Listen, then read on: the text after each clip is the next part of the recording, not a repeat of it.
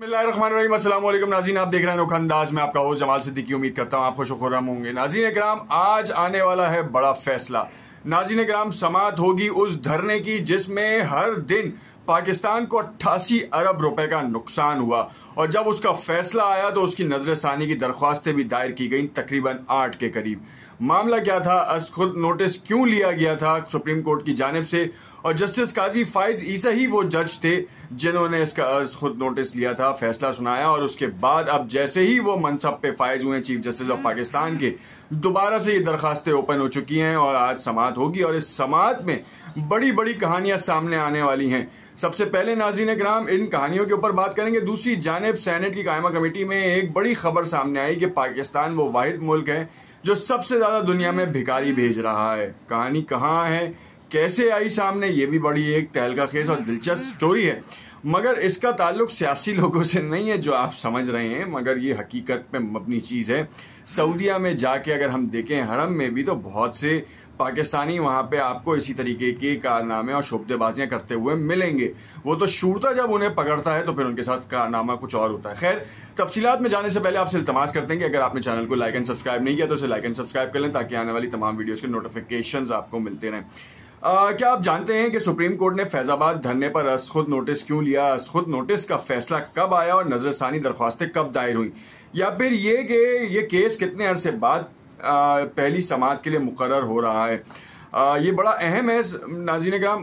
कुछ तफसीलात हैं जो आपको मैं बताता चलूँ। 21 नवंबर सन 2017 को सुप्रीम कोर्ट का 2 रुकनी बेंच मामूल के मुकदमात की समाअत कर रहा था कि वकला की अदम पेशी की शिकायत होने लगी। इसी दौरान एडिशनल अटॉर्नी जनरल और एक वकील ने अदालत को बताया कि फैजाबाद धरने के मुकाम पर धरने की वजह से अदालत पहुंचने में वकला और साइलिन को दुश्वारी का सामना था। इस पर अदालत ने फैजाबाद धरने पर अज खुद नोटिस ले लिया। ये है वो वजह जिसके ऊपर जो है वो अज खुद नोटिस लिया गया। और फिर तो कहानी आप देख सकते हैं कि आज सन 2023 में बैठे हैं हम, तकरीबन 3 साल और 3 साल 6 साल का जो बड़ा पीरियड था, उसमें कहानी ने नए नए रुख लिए हैं, और अब जो नया रुख लेने वाला है उसमें अमल दरामद होता है नहीं होता, मगर ये डिसीजन जो आएगा वो बड़ा ही अहम होगा, या फिर ये समाअत होगी, क्या होगा ये कहना कबल अज़ वक्त होगा। मगर इसके कुछ और फैक्ट्स एंड फिगर्स हैं, वो मैं आपको बताता चलूं कि अदालत ने अटॉर्नी जनरल को नोटिस जारी करते हुए हिदायत की थी कि वजारत दाखिला और दिफा के जवाबात जमा कराए जाएं 1 साल बाद, यानी नवंबर सन 2018 में जब इमरान खान साहब की हुकूमत थी। सुप्रीम कोर्ट ने फैसला महफूज किया और 6 फरवरी सन 2019 को सुप्रीम कोर्ट ने फैजाबाद धरने का फैसला सुना दिया। फैजाबाद धरने का फैसला सुनाए जाने के बाद नजरसानी दरख्वास्तें 15 अप्रैल को दायर हुई। नजरसानी दरख्वास्तें दायर करने के लिए रजिस्ट्रार ऑफिस ने मुय्यना मुद्दत से इजाफी 15 दिन का भी वक्त दिया।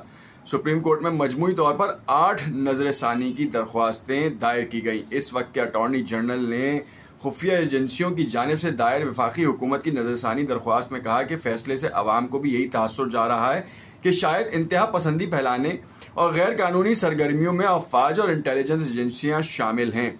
ये सन 2018 की एक रिपोर्ट थी जिसमें उन्होंने नजरसानी के हवाले से कहा। अटॉर्नी जनरल की जानिब से दायर नजरसानी दरख्वास्त में कहा गया कि सुप्रीम कोर्ट की अफवाज के खिलाफ ऑब्जर्वेशन मुबहिम और सुनवाई के बगैर दी गई।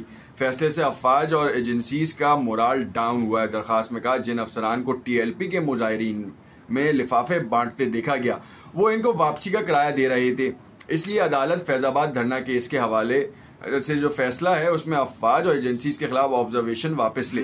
फैसले में फौजी अफसरान के खिलाफ कार्रवाई के अहकामात भी कलअदम करार दिए जाएं। वफाकी हुकूमत के अलावा intelligence bureau, PEMRA, PTI, MQM, Sheikh Rashid, Ijazul Haq और इलेक्शन कमीशन ने भी फैजाबाद धरने के फैसले के खिलाफ अलग अलग नजरसानी दरख्वास्तें जमा करवाई थीं।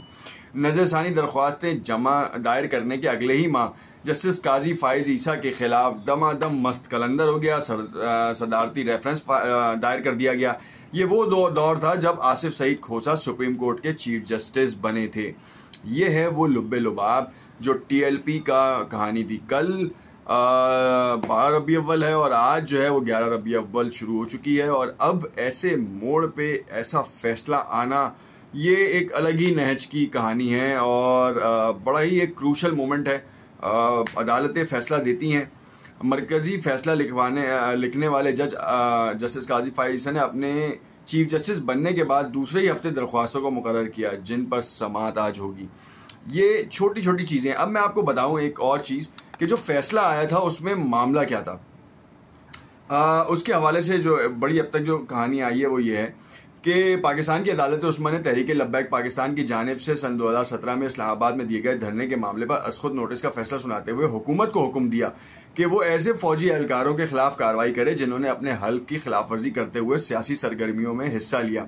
ये वही टेन्योर है कि जब पाकिस्तान मुस्लिम लीग नवाज की पूरी क़यादत जो है वो बाहर से बैठ के हो या फिर अंदर पाकिस्तान के अंदर से उनके ऊपर बड़ा कीचड़ उछाल रही थी। प्रेस कॉन्फ्रेंसेस में जो है ना वो नाम लिए बगैर मगर वो कीवर्ड्स को इस्तेमाल करके उनके ऊपर फोर्सफुली प्रेशर बिल्ड कर रही थी और इमरान खान की हुकूमत को चलने ना देने के लिए मामला सारे सामने आ रहे थे।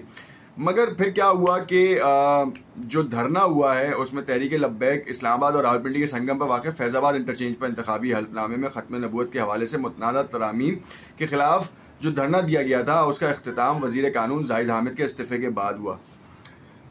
ये उनकी प्रायोरिटी थी। अब ये जो तहरीक लब्बैक वाला जो मामला था ये इंतहाई ख़तरनाक सूरत हाल इख्तियार कर गया था। सुप्रीम कोर्ट ने इसके ऊपर फैसला दिया। उस फैसले में जो है वो उन्होंने एजेंसीज़ को भी आड़े हाथों ले लिया और इसी हवाले से नज़रसानी की दरख्वास्तें दी गई थी मगर वो सारी दरख्वास्तें वापस हो गई। अब जो आहिस्ता आहिस्ता जो वापस हो रही हैं अब उनके ऊपर जो कहानी यानी कि जो फैसला जस्टिस काजी फाइज ईसा ने दिया था वो आधा तो पक्का हो गया। अब आधा जो है वो आज की समाअत में पूरा हो जाएगा। देखना ये है कि क्या वाकई काजी फाइज ईसा का दिया गया फैसला जो है वो मनवन उसके ऊपर अमल दरामद होता है या फिर ये एक लैंडमार्क के तौर पे रह जाएगा ये फैसला। जैसे कि मुशर्रफ के हवाले से एक फ़ैसला आया था और मुशर्रफ वापस नहीं आया। मुशर्रफ का उनके लिए अदालत ने जो सख्त तरीन फ़ैसला दिया था उसके ऊपर अमल दरामद नहीं हो पाया। मैंने आपको लास्ट वीडियो में भी बताया था कि पाकिस्तान और यूएई के साथ जो है ना बड़े ताल्लुकात हैं और वो बाकायदा ट्रांजैक्शनल टेरिटरी ट्रांजैक्शनल के ऊपर भी काम करते हैं। बहुत सारे जो लोन ग्रैबर्स हैं या लोन डिफ़ॉल्टर्स हैं या फिर जो है वो किलर्स हैं, मास्टरमाइंड्स हैं, माफियाज हैं, उनकी एक्सचेंजिंग होती रही है। हमने माजी में भी देखा और अब अगर ऐसा है तो बिल्कुल हो जाना चाहिए था मगर अगर नहीं है तो ये बड़े सवालात क्रिएट कर रहा है। खैर नवाज़ शरीफ साहब की एक अपडेट देता चलूँ और बताता चलूँ कि नवाज़ शरीफ साहब जो हैं वो वापसी के प्लान में सऊदीया को सबसे पहले मद्देनज़र रख रहे हैं। उम्रा करके फिर वो पाकिस्तान की जानिब आएंगे। इस वक्त ज़मानत के हवाले से कोई ऐसी खबर सामने नहीं आ रही कि उनको ज़मानत मिलने में किसी जज का हाथ होगा या किसी और का हाथ होगा। ये जो लोग उड़ा रहे हैं ना कि उनको राहदारी ज़मानत मिल रही है, उनको ज़मानत कबल गिरफ्तारी उनकी अप्रूव हो रही है, अब तक इसमें कोई सदाकत नहीं है। तो उन लोगों से दूर रहें जो कि आपको गलत मालूमात की तरफ लेके जा रहे हैं और वो सिर्फ ये पोर्ट्रे कर रहे हैं कि शायद आपको इस तरह की मालूमात देने के बाद उनके व्यूज़ शायद बढ़ जाएं या फिर जो है वो मामलात को जो है वो किसी और एंगल से पेश करें। देखते रहिएगा अनोखा अंदाज़। कमेंट में अपनी राय से ज़रूर आगाह कीजिएगा और हमें लाइक एंड शेयर भी ज़रूर कीजिएगा। शुक्रिया।